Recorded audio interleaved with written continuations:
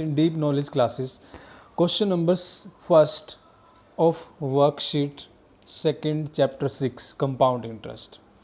Compute the compound interest rupees 5,000 for 1.5 year at 16% per annum compounded half yearly. बिल्कुल simple है, practical लेके चलते हैं. देखो तो ये आपका क्या काम कर रहा है, प्रिंसिपल का. This is your principal. Principal क्या है, 5,000 रुपीज़.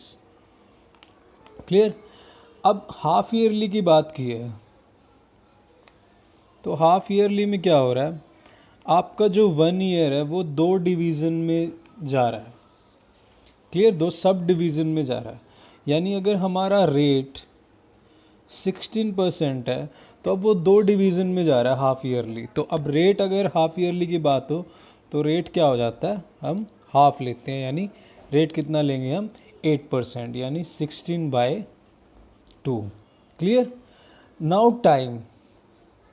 अब टाइम क्या होगा, देखो अब 1 ईयर है, 1 ईयर हाफ ईयरली में जा रहा है तो यानी टाइम क्या हो रहा है, 2 टाइम इंक्रीज हो रहा है.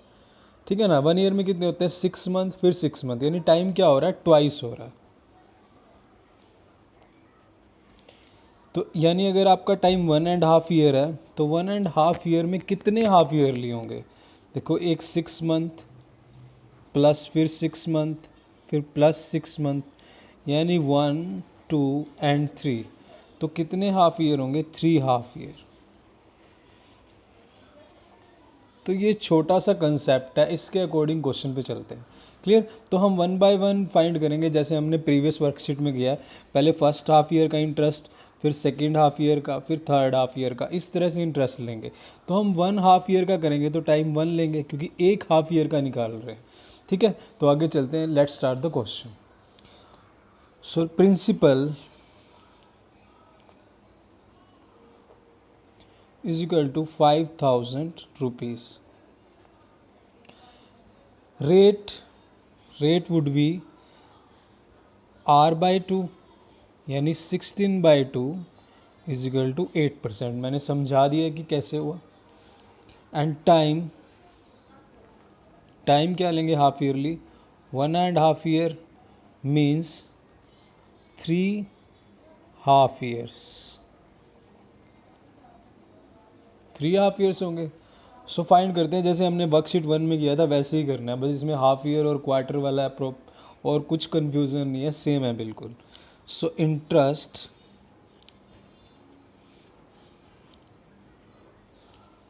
For first half year.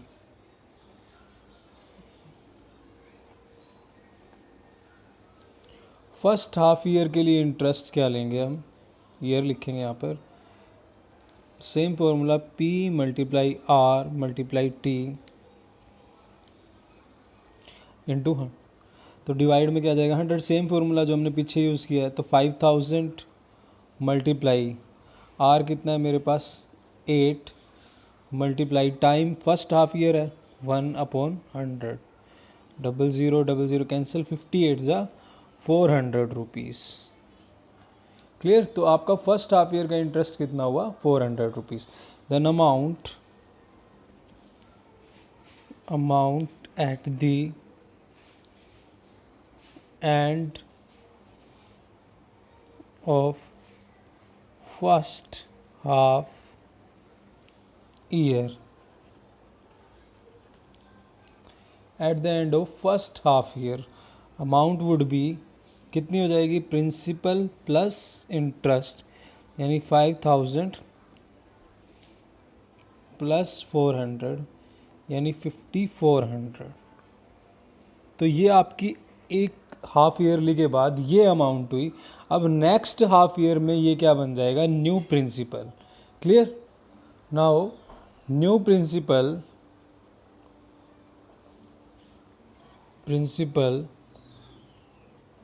for the second half year. Second half year के लिए same formula P multiply R multiply T upon 100. But यहाँ पर P अब क्या हो जाएगा, प्रिंसिपल जो कि आपका eight the end of first half year था. कितना प्रिंसिपल हो जाएगा न्यू, 5,400 रुपीज़. तो अप्लाई करते हैं. 5400 मल्टीप्लाई, रेट आपका सेम रहेगा 8%, सेकेंड हाफ ईयर है यानी 1/100, डबल ज़ीरो से डबल ज़ीरो कैंसिल, तो ये आपके पास वैल्यू आ जाएगी 432 रुपीज़। तो ये आपका सेकेंड हाफ ईयर के बाद इंटरेस्ट हुआ। Then amount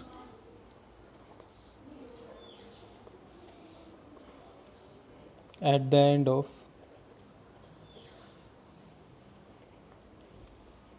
second half year,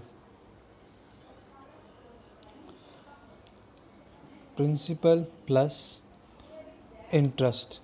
principal कितना है हमारे पास 5400 plus 432 rupees, then it will become 5832 rupees. ये क्या हुआ आपके पास amount at the end of second year. Clear. अब ये वाली जो अमाउंट है आपकी, ये थर्ड ईयर के लिए न्यू प्रिंसिपल होगी। Now new principal for the third half year, third half year के लिए फाइनल जो हाफ ईयर है उसके लिए प्रिंसिपल क्या हो जाएगा आपका 5832 रुपीज़। अब इस पर इंटरेस्ट लगेगा, रेट आपका वही रहेगा 8%, थर्ड हाफ ईयर है यानी टाइम हम क्या लेंगे वही 1, तो same formula P multiply R multiply T upon 100, तो 5832 मल्टीप्लाई रेट 8 1 अपॉन 100। क्लियर। तो अब हम क्या करेंगे, हम क्या कर सकते हैं, देखो इन दोनों की मल्टीप्लाई करते हैं, इसकी और इसकी मल्टीप्लाई करेंगे तो 100 से डिवाइड कर देंगे, यानी 20 के बाद हम यहाँ पे डिजिट लगा देंगे। क्लियर। तो अगर इन दोनों की मल्टीप्लाई करेंगे तो हमारे पास क्या वैल्यू आएगी 65664 divide by 100।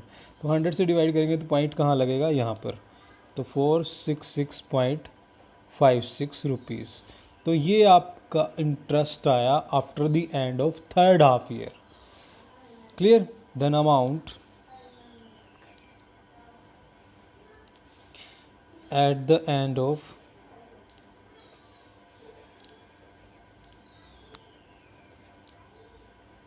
Third half year, final amount क्या हुई हमारी, देखो थर्ड हाफ ईयर में प्रिंसिपल कितना था ये